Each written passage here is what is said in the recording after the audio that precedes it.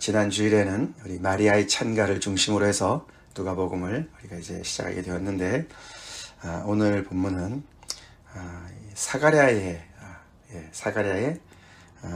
그 찬양시 같은, 사실 엄밀히 따져보면 이제 그것이 하나님께 찬송을 드리는, 하나님을 축복하는, 송축하는 이야기와 또 예언하는 이야기가 함께 들어가 있는 사가랴의 시가 오늘 본문에 나오죠. 사가랴는 그 요한의 출생에 대해서 먼저 가브리엘한테 들었었는데, 그것을 믿지 못하는, 불신하는 그런 이야기를 통해서 그는 결국은 오늘에서야 이제 말이 터졌습니다. 그렇죠? 오늘 이 이야기가 이제 아기가 낳은 지 이제 8일 만에 이제 이 할례를 베풀기 위해서 이웃과 친족들이 모인 자리에서 벌어지는 그런 사건이었습니다. 아마 아주 오랫동안 거의 10달 동안을 말을 못하고, 오늘 가만히 보면은 혹시 듣지도 못한 것이 아니냐라고 생각할 수가 있을 정도로, 거기 보면은 우리가 62절에 그의 아버지께 몸짓하여, 사람들이 몸짓으로 아들의 이름을 뭐라고 할 것이냐 라고 물어보지 않습니까? 말을 하면 될 텐데 왜 몸짓으로 하겠습니까? 혹시 듣지도 못한 것이 아닌가, 그렇게들 생각합니다. 그 정도로 이제 어떻게 보면은 하나님의 그런 약속을 의심하는 것에 대해서 하나님께서 어떤 그런 교훈을 주신 것이죠. 그런 사람의 입이 이제 터지면서 이렇게 놀라운 내용이 나왔는데, 한 10달 동안 그런 말을 못하는 그런 상황 속에 있을 때 사가랴가 많은 것을 생각했던 것 같습니다. 그렇죠? 많은 것을 기도하고 생각해보고, 그러면서 정말 그 말대로 아내의 배가 불러지는 것을 보면서, 와, 이게 하나님의 정말 이 약속대로 이루어지는구나. 근데 그것이 10달이 차서 이제 아기를 낳고, 많은 사람들이 정말 이 노부부에 이렇게 아기가 생기면 얼마나 좋으냐, 하나님께서 너무나 정말 은혜를 베푸셨다, 주께서 그를 크게 긍휼히 여기셨다, 은총을 베푸셨다, 그러면서 이제 즐거워해서 모이는 그런 자리였습니다.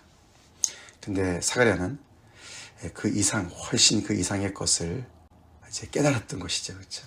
그래서 그가 오늘 이렇게 하나님을 찬송하는, 예언하는 시를 하는데, 그 내용이 굉장히 깊고 넓습니다. 마리아의 그 찬가도 굉장히 스케일이 엄청나지 않았습니까? 누가복음 전체에 앞으로 이제 계속 그것이 확인이 되는 그런 내용인데, 사가랴의 내용이 훨씬 더 사실은 그것에 비해서 못지않은 그런 스케일의 이야기를 합니다.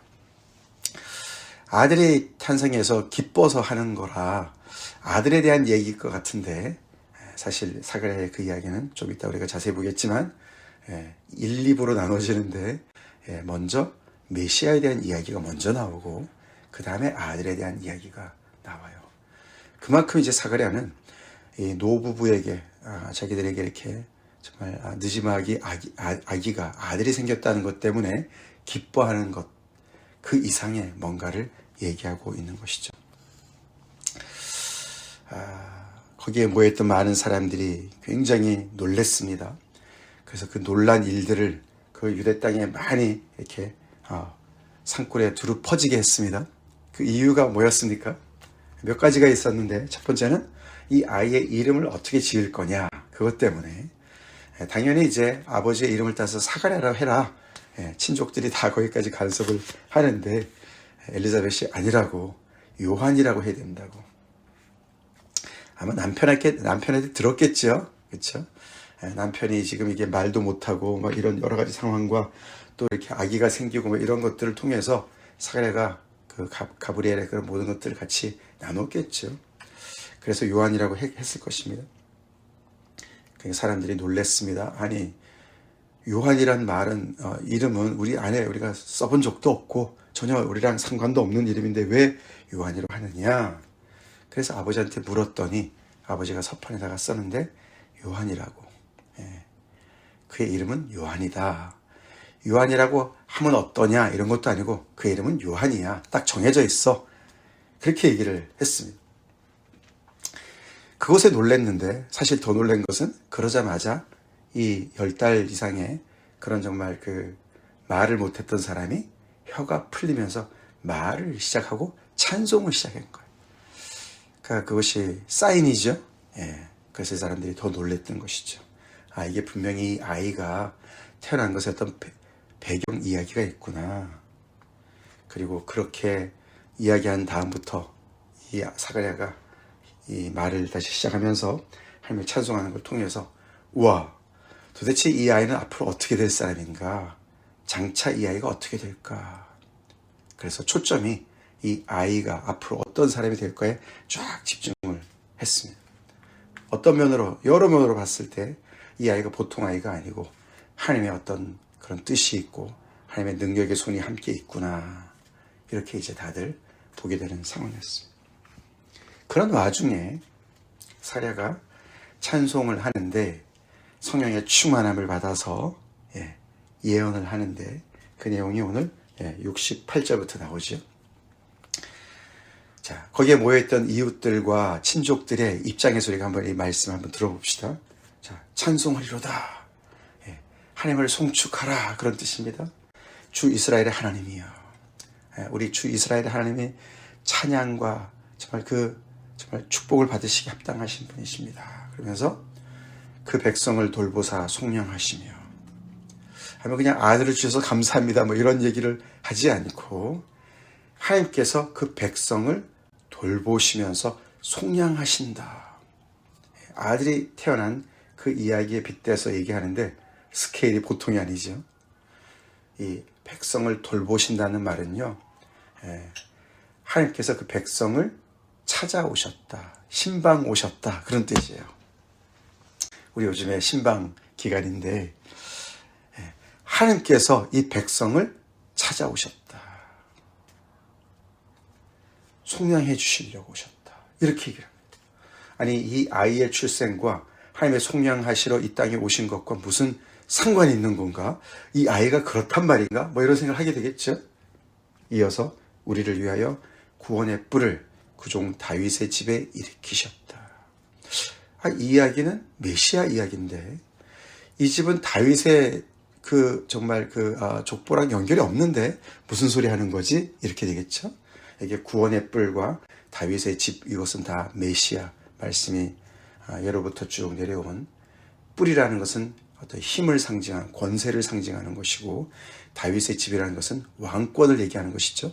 그래서 메시아, 이 다윗의 후손에서 다윗의 뿌리에서 이새의 줄기에서 나올 메시아를 얘기하는 거거든요. 그 사람들이 다 알고 있어요. 이게 또 앞뒤가 안 맞아요. 그렇죠? 아니, 이 아이의 출생과 어떤 연결이 된다는 것이야? 그러면서 계속 이야기가 앞에 일부에서는 거기가 75절까지 메시아에 대한 이야기가 나오는 것이죠. 이것은 거룩한 선지자 입으로 말씀하신 바와 같이 모세의 이야기를 하는 것이죠. 내 뒤에 한 선지자를 보낼 것이다. 그 선지자, 메시아를 얘기하는데 그 선지자를 얘기하는 것 같이 우리를 원수에게서, 우리를 미워하는 모든 자의 손에서 우리를 구원하시는 일이다. 메시아가 와서 하실 일에 대해서 얘기하죠.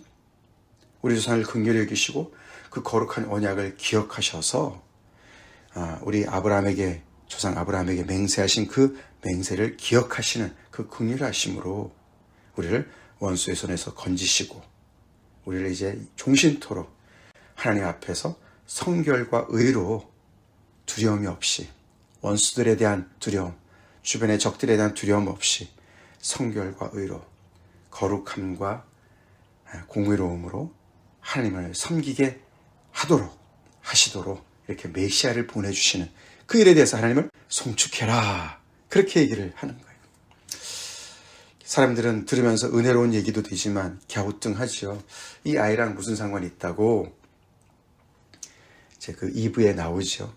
드디어 이제 76절에 이 아이여, 아이에 대해서 이제 얘기하기 시작합니다. 이 아이여, 내가 지극히 높으신 이의 선지자라. 일컬음을 받고 주 앞에 앞서가서 그 길을 준비하는 아이다. 이제 태어난 자기 아들 요한에 대한, 그 요한이 무슨 일을 하는지를 얘기를 이제 합니다. 먼저는 메시아 이야기를 하고, 이 아이는 바로 지극히 높으신 하나님의 보내신 선지자로서 주 앞에 하나님께서 이렇게 신방 오시는 그 일 앞에 앞서가서 준비하는 역할을 너가 맡았다. 이렇게 얘기를 하는 거예요. 그러니까 사가랴는 자기가 아들이 생겼고 아들이 태어난 날 너무너무 기쁘고, 그 아들이 이제 이름을 받고 할례를 받는 것도 기쁘지만 그 이상, 그 아들이 받은 사명, 준비하는 사명, 그 이상 그가 결국은 메시아를 통해서 하나님께서 이 땅을 돌보시고 백성들을 돌보시고 속량하시는, 구원하시는 그 놀라운 역사의 그 큰 그림을 보면서 자기 아들이 그 일에 일익을 감당하는 것 때문에 이렇게 하나님을 찬양하고, 또 앞으로의 예언을, 하나님의 뜻을 미리 밝히는 그런 시를 읊고 있는 것이죠. 노래하는 것이죠. 이 이야기는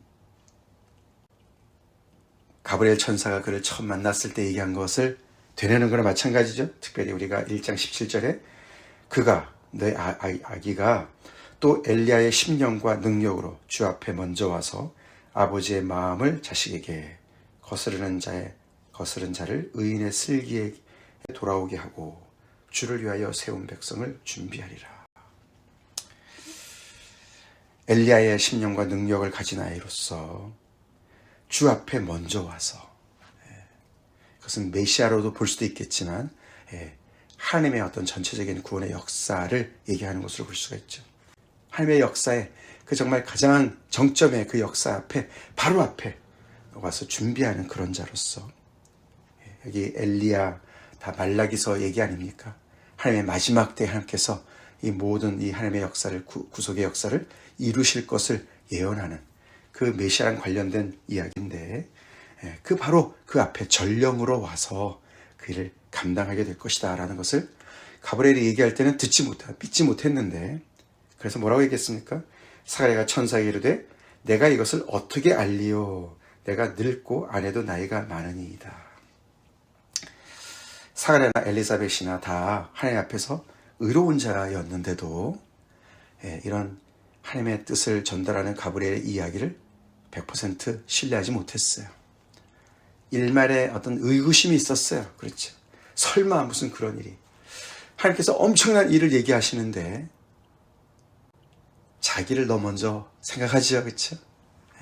자기를 먼저 생각하고 우리 나이가 어떻고 생각합니다. 그래서 여기 우리가 조금 전에 읽어드린 17절에 아버지의 마음을 자식에게 거스르는 자를 의인의 슬기에 돌아오게 한다. 그래서 이 아버지 세대를 거스르는 사람들로 연결을 시켰어요. 이 아버지가, 어른들이 더 이렇게 마리아처럼 그런 정말 순전한 믿음을 갖기가 어려운 상황, 그 당시 세대를 얘기하는 것이죠. 지금도 마찬가지겠죠. 사가랴가 그런 마음을 가지고 있었어요. 그래서 10달 동안을 말도 못하고 어쩌면 듣지도 못하는 그런 답답한 상황을 지내면서, 그 동굴 속에 지내면서 그가 묵상이 깊어졌죠.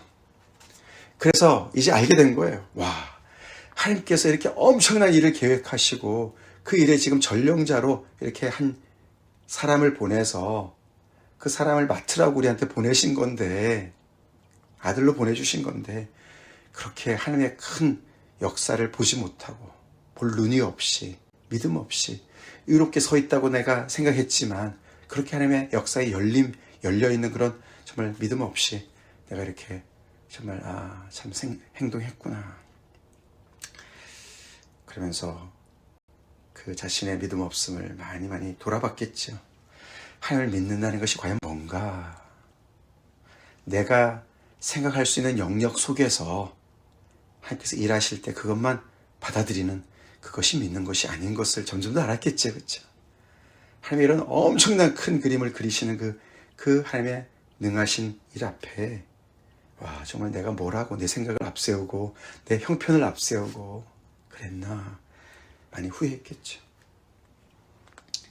사실 그 지점이 데오빌로랑 연결이 되어져 있어요. 누가가 데오빌로한테 차례대로 써서 아는 것에 더 확신을 갖도록 쓴다 그러지 않았습니까?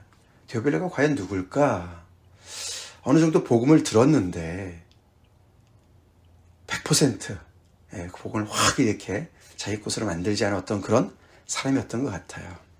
각하라고 얘기하는 거 보면 굉장히 지위가 높은 사람이었고 영향력이 많이 있는 사람이었던 것 같고 복음을 믿는 많은 교회를 보지만 너무나 이게 유대인들한테 핍박을 많이 받고 유대인들이 다 거부하는 것 같고 여러 가지 정황들을 봤을 때 좋은 것도 있지만 아닌 것 같은 이런 여러 가지 상황들, 자기 머리로 따져보는 그런 상황에 있는 데오빌로랑 연결이 되어지는 거예요. 사가랴처럼 하지 말라는 얘기를 누가가 하는 줄 믿습니다. 우리도 마찬가지입니다.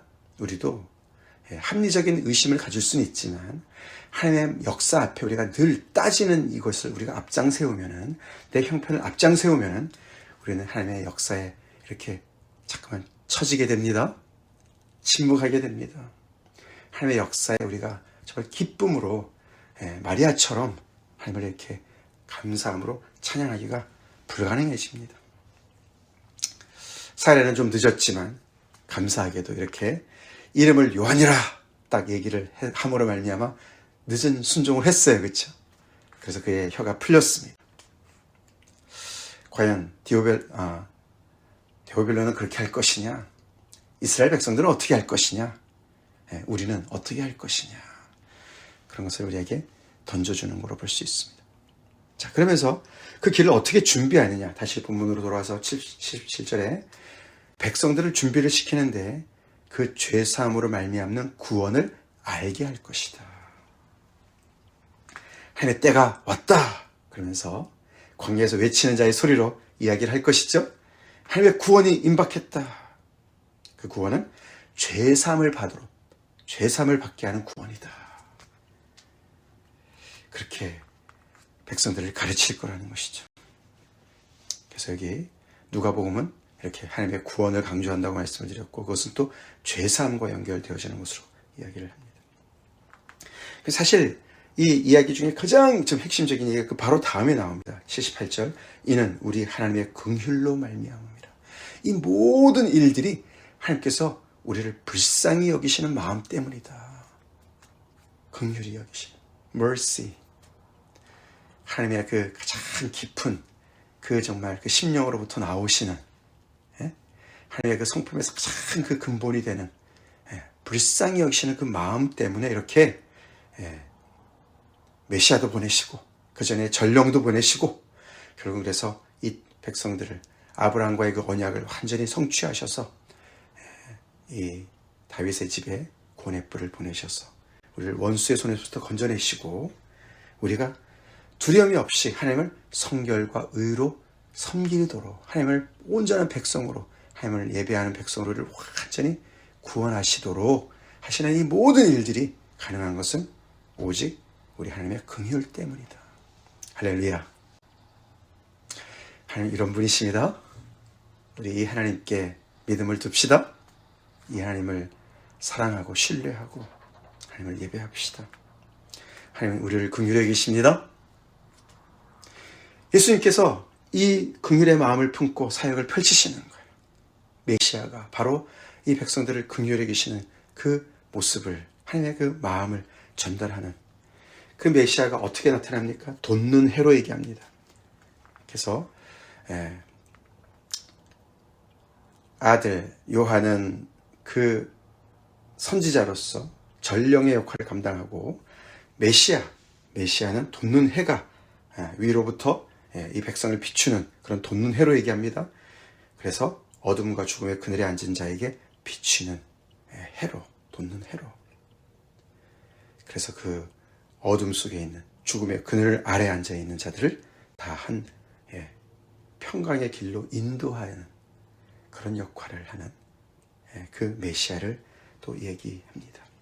그 메시아 앞에 가서 준비하는 아이의 역할을 또 이야기하면서 그 이야기가 끝납니다.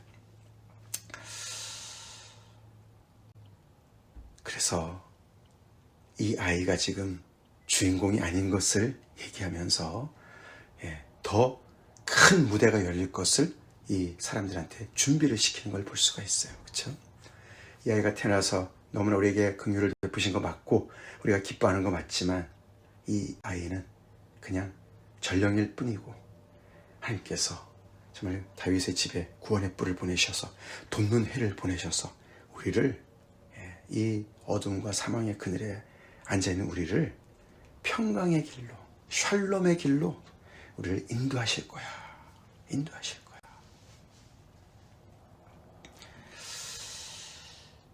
하나님의 구원은 우리에게 죄사함을 주시고 원수로부터 우리를 건져내실 뿐만 아니라 우리가 하나님을 온전히 예배하는 자로 부르시는 줄로 믿습니다.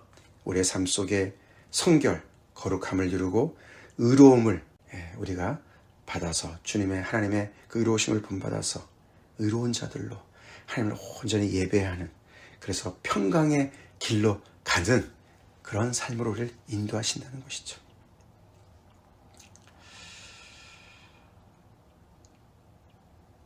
그래서 이제 드디어 과연 이 주인공이 어떻게 나타날 것이냐. 이 아이는, 요한은 잘하고 있습니다. 심령이 강해지며 육신으로도 건강해지고 심령으로도 강건해지면서 빈들에서 이스라엘에게 나타나기까지 빈들에서 준비를 하고 있습니다. 이렇게 정말 이 장차 이 아이가 무슨 일을 할까? 거기에 대한 답이죠. 그렇죠? 너무너무 정말 기대가 되는 이 아이는 그냥 준비하는 자이고 주인공은 그 다음에 나오는데 과연 그 주인공은 과연 어떤 분인가? 2장부터 이제 예수님의 이야기로 넘어갑니다. 우리 이런 하나님의 엄청난 긍휼로 말미암아 하나님께서 아들을 보내주셨습니다. 메시아를 보내주셨습니다. 구원을 이루셨습니다. 우리를 한 사람 한 사람을 부르셨습니다. 우리를 어둠과 사망의 그늘에서부터 원수의 손에서부터 악한 세력으로부터 우리를 건져내셨습니다. 하나님을 성결과 의로 예배하도록 부르셨습니다. 우리 구원을 온전히 오늘도 두렵고 떨림으로 이룹시다. 평강을 누립시다. 평강의 길로 인도하시는 주님의 그 인도하심을 잘 따라서 돋는 해가 되시는 주님을 따라서 빛 가운데로 계속 나아가는 은혜가 있도록 기도합시다. 다 같이 기도하겠습니다. 주님 감사합니다. 또 누가복음의 말씀을 허락하시고 또 자세하게 말씀을 묵상하며 아버지 은혜 받게 하시니 감사합니다. 마리아의 찬가에 이어서 또 우리 사가랴의 그런 찬송시를, 예언의 시를 또 묵상하며 참 하나님의 놀라운 역사에 믿음으로 저희도 동참하기를 간절히 소원합니다. 어린아이 같은 믿음으로, 마리아와 같은 믿음으로 아버지 주님 앞에 나아가는 저희가 되게 도와주시고 계속해서 우리 삶 가운데 새 일을 행하시는 주님을 아버지 늘 현재형으로 따라갈 수 있는 저희가 되게 도와주시옵소서. 아버지 거스르는 영을 가진 부모의 세대로서 믿음 없는 자로 서 있지 않게 도와주시고 아버지 늦더라도 깨닫는 은혜로 하나님을 찬양하고 하나님의 뜻을 헤아리며 그 하나님의 역사에 동참하는 저희가 되게 도와주시고 우리에게 아들을 보내신 그 긍휼의 마음으로 우리를 오늘도 대하시는 하나님의 그 놀라우신 은혜 안에 있음을 저희가 알고 아버지 안심하고 힘을 얻고 하나님을 더욱더 사랑하는 저희가 되게 하여 주시옵소서. 예수님을 맞들어 간절히 기도를 올려옵나이다. 아멘.